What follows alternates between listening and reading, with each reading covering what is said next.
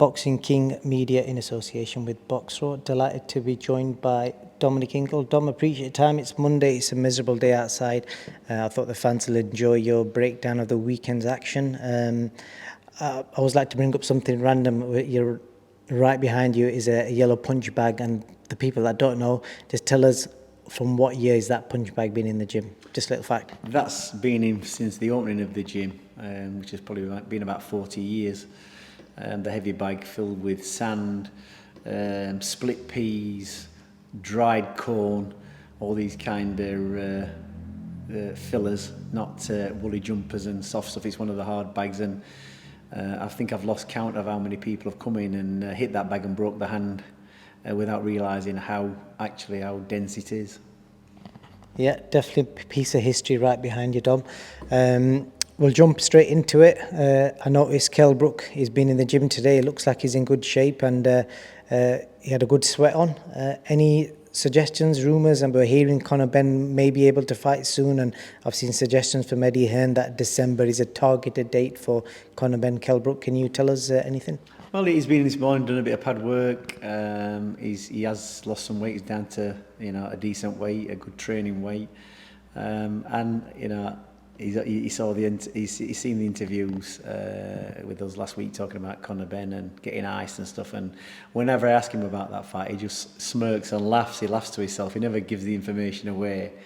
But there must be something going on, because as he's left the gym today, he's taken his scales out of his back changing room and taking them home, which means he's going to start weighing himself in the mornings and in the evening. So he's getting serious about dropping his weight. So something must be going on, but it's always been the way with Kell that he never kind of says to me what's going on until he knows it's actually happening. He doesn't raise anybody's hopes. So by the very fact it was Monday morning, he was in at 9:30.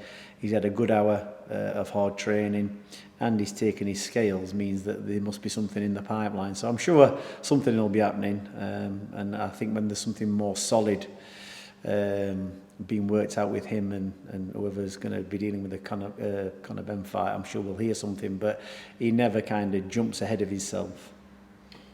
The only spanner in the works, again, this isn't factual, it's just a rumour that I picked up from last week. Gareth Davies said in an interview that he's heard a rumour that the UKAD have appealed the lifting of Conor's suspension.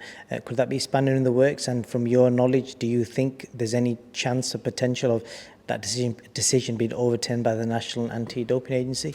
Who knows? I mean, I think it went to the Court of Arbitration for Sport. That's what overturned the UKAD ruling, and something on a technicality that at the time Conor Benn wasn't actually licensed by the British Board of Control, therefore is under nobody's jurisdiction. Only VADA, who after report to the WBC, and the WBC kind of found no fault from what I remember, because it's been that long ago. So I guess he's free to fight, and I suppose he could fight before, even though the board have put and UKAD have put it back in to appeal it, he could still, box before that gets upheld or gets seen to. And if I was Conor Benn, technically he's free to box. And it's not that he's actually been cleared of taking the drug, he's got off on a technicality. So, what would I say to him? I'd say, well, have the fight, because it might be the only fight you get before the appeal goes out and you get stopped again. But he is free to box, so why not? Would it be an issue if, let's just say, I've heard he's got an American license, so could the British Boxing Board, let's just say, the arbitration court just say the decision stays as it is, he's free to box, and they're going to accept the VAD and the WBC finding that they felt that there was no deliberate taking of drugs, and would the British Boxing Board stop him from fighting in the UK based on that US license, or would they not have any choice in that? Yeah, I think they would. They have got the authority to stop him boxing in Britain, and I think they would, because it's like a bit of a kick in the teeth for them. And it's an old boys' school anyway, the British Board of Control, and they got the ways. I've been there with Kid Galahad, and I think they would, really dig the heels in. They can stop him boxing on British Board of Control licensed shows, they can, but there's other promoters that could do it without being under the jurisdiction of the board.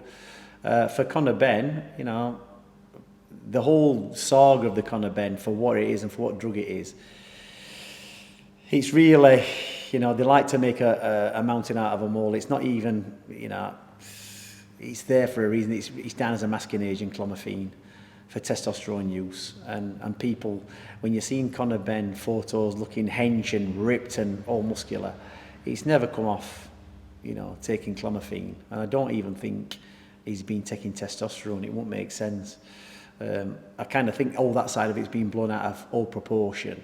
But the fact still remains he had a banned drug in his system, and it just has to be dealt with, you know, by the people who do, UKAD and the board. They have to seem to be doing the right thing, and I suppose they've got to appeal it as well. They've got to appeal the decision going against them to keep up appearances and to save face.